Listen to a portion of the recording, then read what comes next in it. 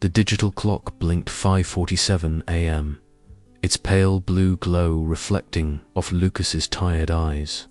He had gone through 9 cups of coffee already that night, but by now each one was cold, much like the office capturing reflected in his monitor. Downtown slept, but DevLink Solutions did not. Lucas, a junior programmer, sat alone amidst a silent hum of server fans. He held a routine presence badge that shoved the truth aside.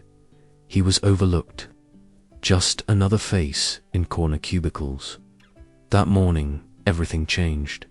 Their flagship system was glitching hours before a major product launch. While others clocked out with the promise, "We'll fix it by tomorrow," Lucas stayed. He felt it in his bones. Something had to be done. 30 minutes later, he had rebuilt the system, core-squashing memory leaks, re-authenticating the cache, and sealing a hidden vulnerability. In that quiet code cathedral, he made the system. Breathe again by sunrise, the glitch was gone. No chaos, no alerts, just smooth launches and happy clients. For most, it went unnoticed, but not for the one who saw it all at lunch. Lucas stood in the cafeteria's corner, head down. The vice president of technology, Augusto Ferraz, saw him. "You fixed the system last night." Lucas froze. "Yes, sir. I stayed because I couldn't sleep, knowing it could fail." Augusto nodded. "Good." He left behind a single business card. "See me at 6 p.m, office 905. Lucas stared at it like he'd been emailed a brand new codebase. It wasn't just a meeting, it was the first step in an unexpected journey.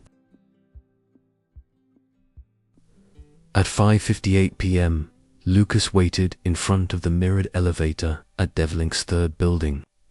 His reflection showed a tired programmer with untidy hair, and an old leather satchel filled more with purpose than content. The elevator started its ascent. Ding first. Floor. Ding second floor. Each floor mirroring his racing thoughts. What had I done? Why call me now? Ding 5th floor. He pressed the button harder. Then, ding 9th floor. The doors opened onto a quiet corridor. Beeps, no buzzes. Just the static calm of corporate life. He knocked on room 905. Enter. Augusto looked up from reports. "You fixed yesterday's launch," Lucas answered.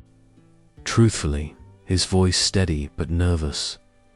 Augusto assessed him for a moment before rising. He handed him a black envelope. "You won't go back to your old desk. Starting Monday, you're our senior systems integrity analyst. You report directly to me." Lucas nearly choked. "But time, just..." Augusto smiled. "You're the one who acted when no one was looking. That matters more than any title." Lucas stepped out later, badge clutched in his hand. The elevator ride down felt like lifting off from the ground. He wasn't the same anymore. Lucas's new office was revamped. Sleek, clean, fresh paint still carried an ink scent. The first rays of morning sun lit up his mechanical keyboard. The integrity department was a fortress where technical skill mattered, but trust ruled. Whispers followed him. "3rd floor kid. No referrals. We'll see how long he lasts." Lucas ignored it. He wasn't there to prove anything, he was there to contribute. Fix problems, support backlogs, debug with precision. No announcement, no flash dot, then Deborah. Mura, the senior manager, watched quietly. "You don't have to do more than everyone. Just what no one else does," she said. "Like what?" "Read logs no one reads. Catch errors no one sees. Protect the system silently." Lucas never forgot it. When a complex alert surfaced, he traced a hidden server intrusion, wrote a full fix plan, and presented it before the weekly board. The director nodded. It's precisely this mindset we need upstairs. Lucas's seat at the table would come soon. He led, he protected. His insights became trusted. And finally, Deborah said, "Not just your talent, they trust you. You treat data like people." He walked out that day with more than reports he carried. Responsibility. Monday morning, 9 a.m., a glassed boardroom pulled him in. 14 silent executives sat in polished swivel chairs. Coffee, water-immaculate stillness. Time equaled money. Lucas, now among them, unfolded a crisp suit and reports he'd studied late into the night. Let's begin.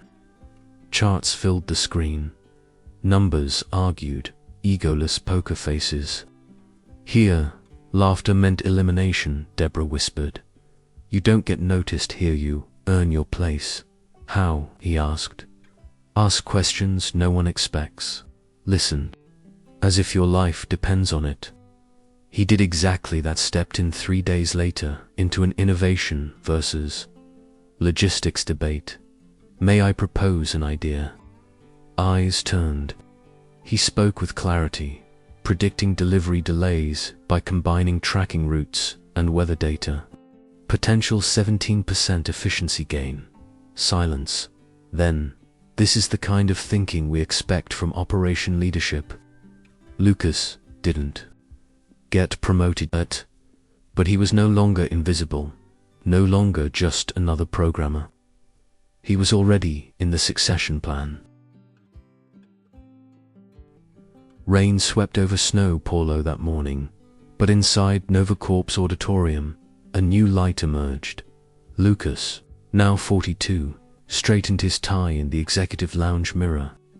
Today he wasn't pitching a tech upgrade, he was being inaugurated as president of the company. He once was the code kid, staying late. Today he had risen through purpose, persistence and learning, on stage. He spoke not about market share, but about people.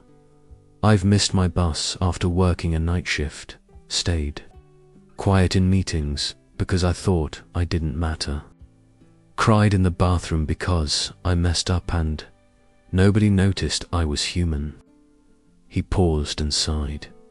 You see a president, but I'm just a programmer who never stopped growing. I'll lead by learning to better serve you. Tears and applause filled the room. His vulnerability was his greatest strength in the months that followed. He rolled out leadership academies for frontline staff, implemented mental health days, and internal counseling, introduced company-wide rule. How does this impact our people? He walked the halls, repeated thank you, responded personally to hundreds of emails. When interviewed, he said, my biggest challenge wasn't reaching this office. It was not losing myself in the climb. Did you? Every day, I try. Because leading a company is hard. Leading myself is harder.